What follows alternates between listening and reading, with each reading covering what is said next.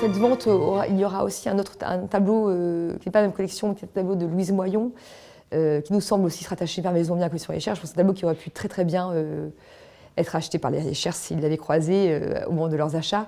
Puisque c'est un tableau, en effet, là pour le coup, on parlait d'absence d'anecdotes et d'importance, de pureté aussi du sujet, de l'évocation, de la vanité.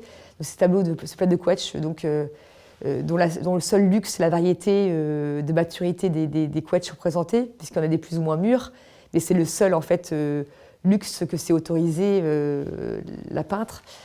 Sinon, on ne joue que sur les reflets et sur la texture, mais il n'y a absolument pas d'anecdote dans le tableau, qui est donc une pure vanité, un plat pris sur un entablement, et des fruits dont on imagine le message toujours, hein, de la future pourriture, de la beauté qui s'estompe et de la vie qui se termine. C'est quasiment un crâne déguisé, pourrait-on dire.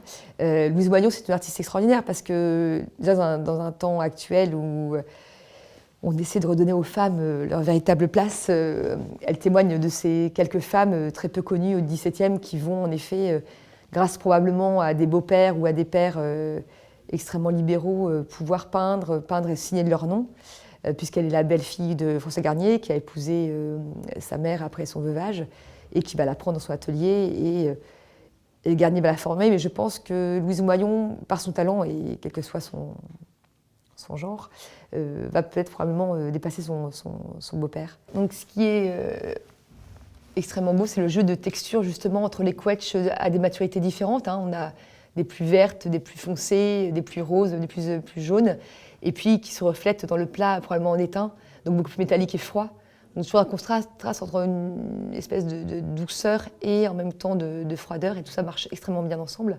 Et ça fait le miroir sur l'entablement de bois aussi, tout à fait habituel, en tout cas dans ces premières natures mortes-là du début XVIIe. Et puis évidemment la goutte d'eau aussi, qui montre un peu le tour de force aussi de l'artiste, de cette goutte d'eau presque en trompe-l'œil, alliée à la fraîcheur aussi de la feuille.